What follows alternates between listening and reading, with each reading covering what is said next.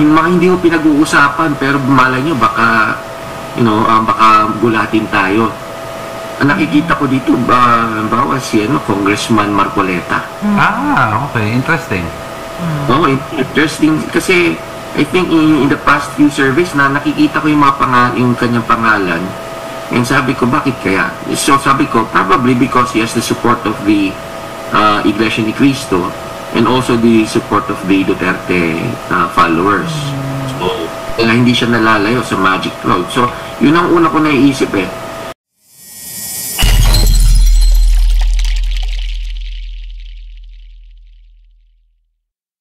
May hello ka itong tanan, welcome sa Pungalon Kinig Channel, ang channel nga binisaya nga motabang kaninyo sa pag-utingkay, pagpanuki-duki para ato ang masuta ang mga isyu nga may labot ang lungsod. O kini ang ubos ng alagad si Roel, makig-uban na sab kaninyo sa pipila ka mga gutlo para atong isgutan ang mga isyu karon nga trending, no? O ang sikat karon nga balita, of course, ang kalabot sa eleksyon karong Mayo 12, 2025. So karon na ng Lunes. Karon kay Huwebes atong pintahon na Biyernes, Sabado, Domingo, Lunes. So 4 days na lang election day na. O I think doon na sila 2 days, no, pagpangampanya, Biyernes ug Sabado, kung apil pa ang Sabado sa pagpangampanya, and then pahuway, bawal na mangampanya, and then election day on Monday. Atong usbon, atong hagon makaigsunan nato nga gusto nga mobutar og garang nindot hapsite. Of course, mas maayo nga ato nang sutaon daan ang ato ang presento na naata sa makita nato na sa precinct finder sa COMELEC, no, www.precinctfinder.comelec.gov.ph. nya makita nyo to dito ang inyong status, active ba o dili, o makabutar ba mo dili, and then asa inyong presento. At least man abot nyo dito sa polling place o polling centers, di na kayo mo mahago pagpangita sa lista dito, kay na naman kaybaw naman mo ang inyo lang himuon mao ang pag-adto sa lugar, pagitaon niyo asa dapita na ang inyong presento, kay narabay time, no, aduna na yung panghitabo past nga mga panghitabo nga nailangan, pero dito sa precinct finder but sa actual na sa gi-post na sa polling center is wala ilangan. So mas may na nga ato na siyang siguruho, no, kay at least masayo-sayo na to na o gaadto sa COMELEC, kay na may time nga moadto ka sa COMELEC para mangutan nga nung wae mo nga sa polling centers nga naaman jud ka sa precinct finder, at least matabangan kanila. Dito kalimtan ang lista sa atong butaran para di na ta maghasol-hasol, di na ta malangay sa pagsuwat dito, kay daghan kaayo ang naglinya nya, dugay pa kay kamahuman, no, luoy pa kay sila, no. Ang start yun, official start sa election is alas 7 sa buntag until alas 7 sa gabi. Nya kanang sa alas 7 sa gabi, kung nana mo within na mo sa pila ka meters nga ilahan kon gikan sa polling precinct, I guess it's 100 if I got it correct, you know, murag 100 meters. Magana 100 meters or basta within mo sa duol mo sa presinto niyan, after mo alas 7 sa gabi, pwede pa mo makabotar niya na. So naay gihatag nga sayo-sayo, no, 5 a.m. to 7 a.m. para na siya sa mga senior citizens, mga buntis, uban pa mo for example sa media, mga kinahanglan sila nga mo duty, mo ngitag balita sa election. So buhaton nila is mosayo sila 5 a.m. to 7 a.m. pwede sila mobotar din ha.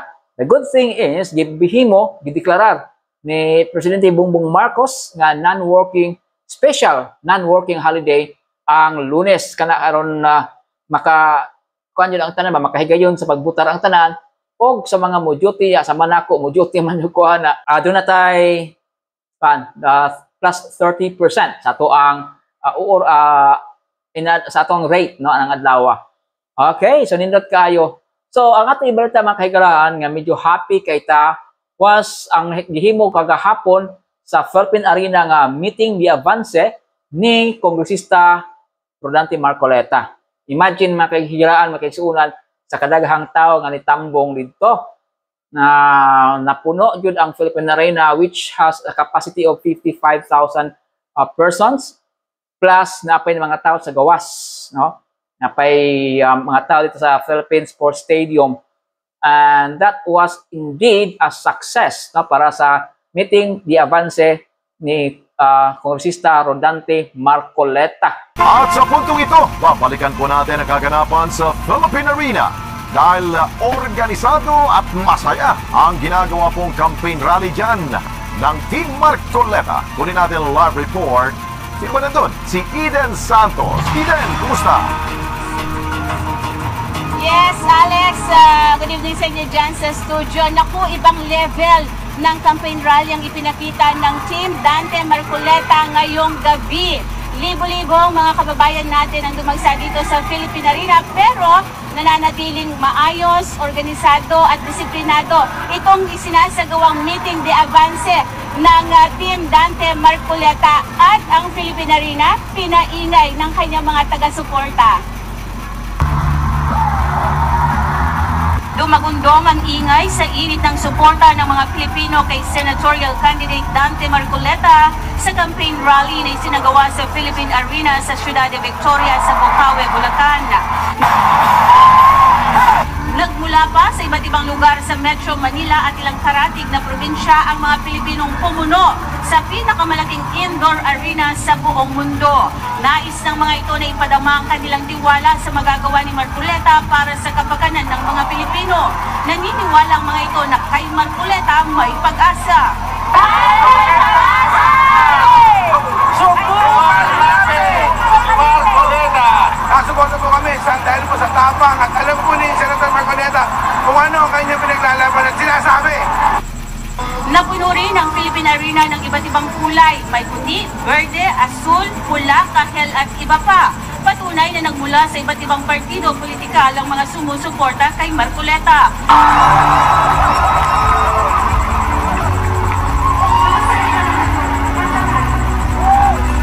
Nagsilbing main host ng campaign rally si Binibining Pilipinas Intercontinental 2019 at host ng kada umaga ng Net25 na si Miss Emma Tiglao. Bago naman ang pinaka-highlight ng campaign rally ng Team Dante Marcoleta ay nag-enjoy ang lahat nang dumalo sa masaya at exciting na performances.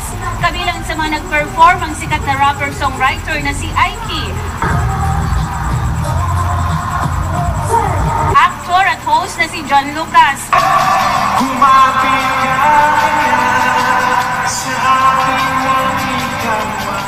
nagpakaba naman at talagang napapasigaw pa ang mga tao sa ipinagkitang galing ng isa sa Velasco Brothers at iba pa.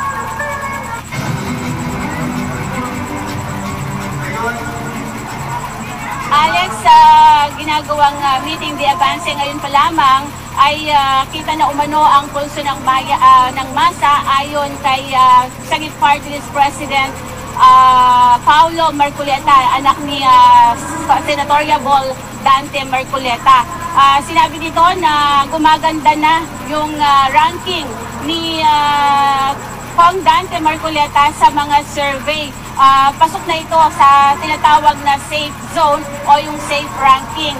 Kanina ay natapos lamang na magsalita dito sa entablado ang bunsong anak ni dating Pangulong Rodrigo Roa Duterte na si Kiki Duterte, kung saan ay hiniling nito sa mga Pilipino ang suporta kay Kong Dante Marcoleta. At sa mga oras naman na ito ay kasalukuyang nagsasalita sa entablado ang kanyang ina na si Hanilet Abansenya na humihiling din ng suporta mula sa mga Pilipino para kay Kong Dante Marcoleta. Naging emosyonal si senatorial candidate Rodante Marcoleta dahil po sa nakitang suporta sa kanyang pagtakbo kahit na sa mga kabataan at mga mahihirap nating mamamayan. Aminado naman si Marcoleta ang malaking kaibahan niya ang karanasan sa ginawa niyang pag-iikot ngayon kumpara sa mga nakaraang eleksyon. Si Weng de la Fuente po sa Balita Exclusive.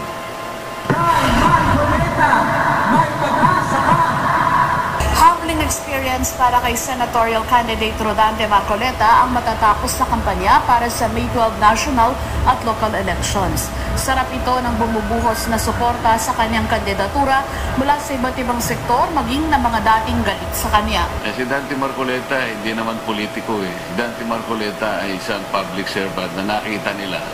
Nasama lang ako sa mekanismo, nasama lang ako sa pamamaraan Ngunit si Dante Marcoleta ay palaging iisa ang salita at maraming tao nang nakapagpatunay nito. Malaking kaibahan din anya ang karanasan sa ginawa niyang pag-iikot ngayon kumpara sa mga nakaraang eleksyon. Mas naunawaan na raw ngayon ng mamamayan ang pangangailangan pumili ng kandidatong makatutugon sa mga problema ng lipunan. Mas nakita ko yung pagtanggap ng tao.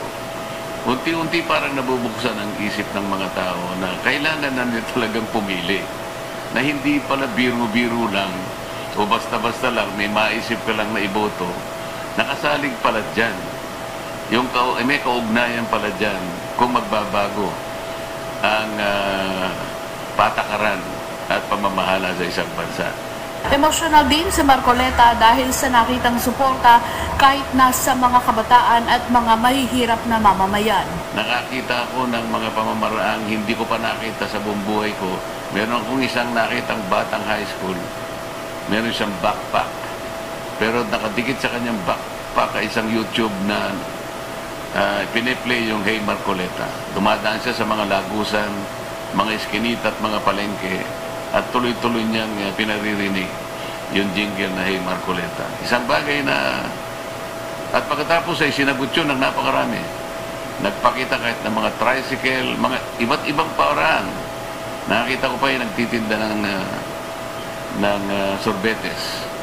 Talagang habang siya ay nagtitinda ng sorbetes, nakita ko yung tarpaulin na nasa harap ng kanyang itinutulak na parang kariton. Sa Philippine Arena at sa Philippine Stadium idinaos ang meeting de avance ngayon ni Congressman Marcoleta. Weng de la Fuente para sa mata ng Aguila International, trusted, connected, on point. Imagine mga kahigalaan, ang katusyang meeting de avance is only for Rodante Marcoleta. Kaya sa atong nahibawan, si Marcoleta mga kahigalaan, milansa din siya as independent. Wala siya mo pailaw sa unsa man nga partido. But gikuha siya o gisagop siya sa partido PDP, under sa mao ni siya ang team, no, or mao ni siya ang partido ni kanhi presidente Rodrigo Roa Duterte, no? Og ni sa ila ni Bato de la Rosa og nila ni Bongo. So di kayo siya daghan og di kayo dako niya makinarya, pero he was able to finish, no, sa iyang kampanya kagahapon.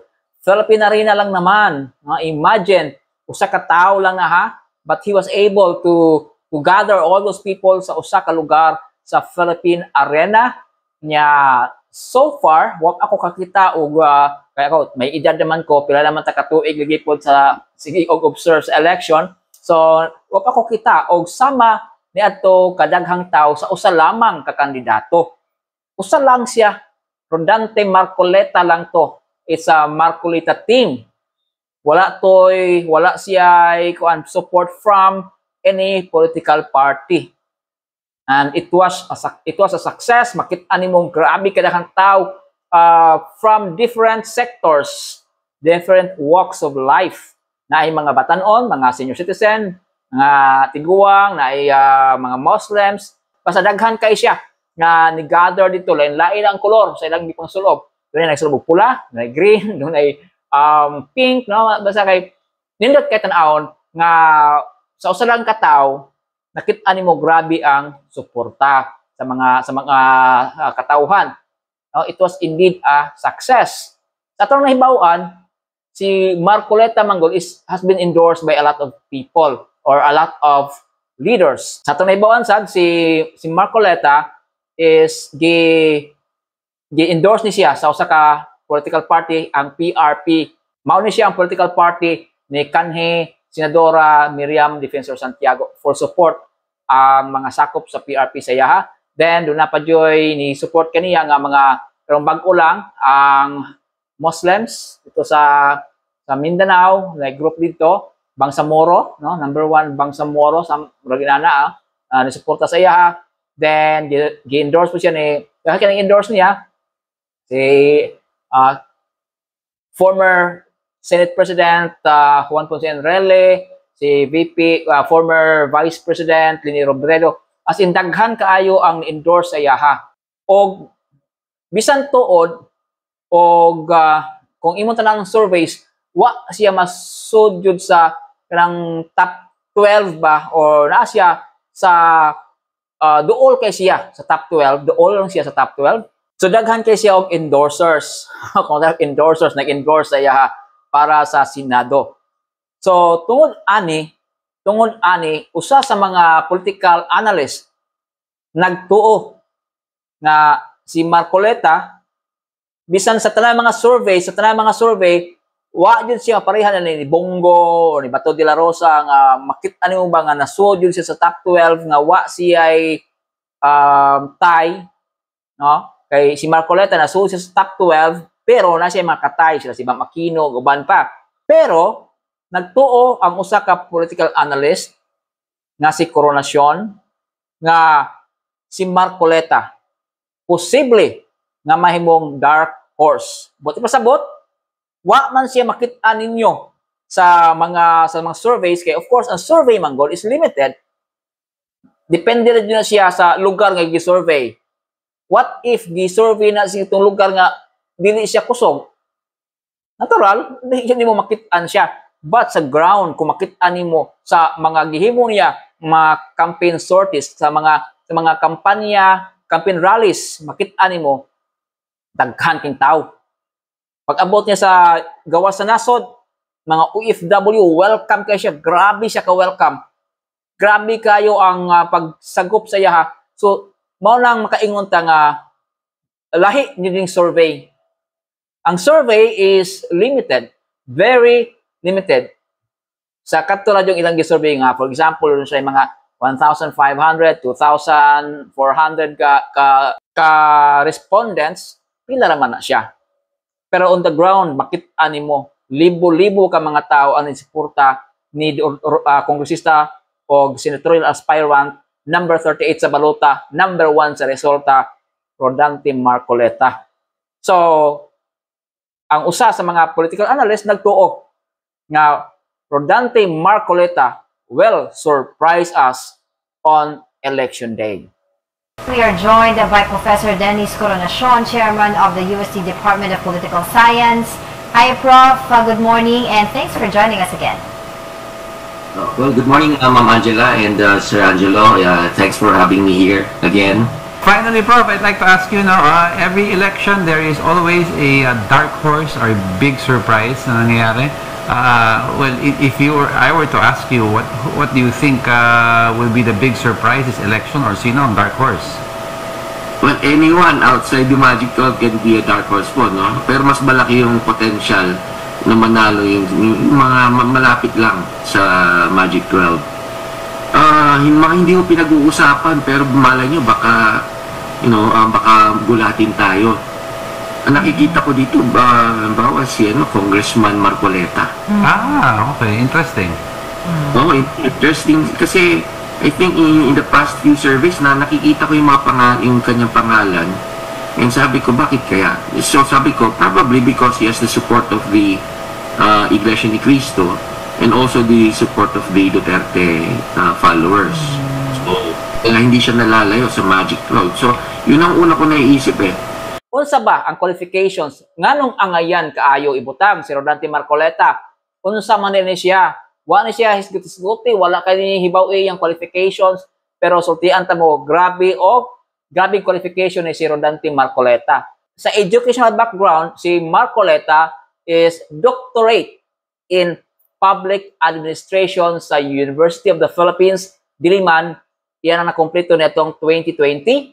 Nya Masters in Business Administration sa University of the East, Bachelors of Law or Bachelor of Laws sa San Sebastian College, o Developmental Leadership Program sa Harvard Kennedy School. Iyan na kompleto sa ka-short course ni siya sa leadership. So, mao na yung iyang qualification, educational qualification. Sa iyahang professional qualifications, usa siya abogado. Sa tunang gisulti, kung ugaling gusto man ta nga mubutang og mga tao nga mupanday og balaod, dapat kaybaw siya sa balaod. Og si Marcoleta, usa ka abogado, di lang siya ordinaryong abogado, banggiitan nga abogado, og na pamatulan na niya sa Kongreso. So, ang ngayon kay siya nga mabutang sa Senado. Nga daghan kay siya og nagsugod siya pagka-kongresista pagpanday og balaod 2004 pa under sa Sagip party list og sa alagad, no? So ang maong mga qualification igo na kaayo nga mo qualify or makahatag kaniya o makaingon ta nga angayan siya ibutang sa Senado. Now, unsa mayahang mga nabuhat, mga achievement niya as a legislator sa lower house? Si Marcoleta naka-author o naka-co-author sa approximately 283 bills. Imagine, siya ang author o co-author sa 283 bills. Of course, bills wala, balaod nun pa. Pila sa maong mga balaod nun ang nahimong balaod? 39 ka mga bills ang enacted into law. Imagine that. Usa ani nga notable kaayo is ang Magna Carta of the Poor, Republic Act 11291, na enact ni siya nahimong balaod nitong 2019 unya naggarantiya ni siya sa access sa mga kabo sa essential rights such as food, medicine, housing, education, and livelihood. Ang ikaduha nga notable kaayo nga iyang nahimong balaod, Universal Healthcare Act or Republic Act 11223 na nipasar nitong 2019 which aims to provide comprehensive health care coverage to all Filipinos. And the third notable authored by Congressman Rodante Marcoleta is Department of Migrant Workers Act, Republic Act 11641, signed into law in 2021, just 4 years ago, which establishes a dedicated department to address the needs of the overseas Filipino workers. So, mao lang nawa itong usa ka department ang gipulihan ni siya og Department of Migrant Workers. Doon na pa organic law for Bangsamoro Autonomous Region, Republic Act 11054 enacted in 2018 nga nag-create sa Bangsamoro Autonomous Region sa Muslim Mindanao to promote self-governance and peace in the region. O ang Community-Based Monitoring System Act which was passed in 2019 which establishes a system to collect data for poverty reduction and development planning. Then, siya nag-introduce nitong 2024 or just last year sa House Bill 9400 proposing the establishment of Barangay Affairs and Development Fund. This fund aims to provide direct financial support to barangays, especially in 4th and 5th class municipalities by reallocating underutilized government funds. The bill also seeks to standardize the salaries of barangay officials and enhance local government or local governance. So, mao ni siya. Kining mga balaod, mga kahigalaan, o balaod nun.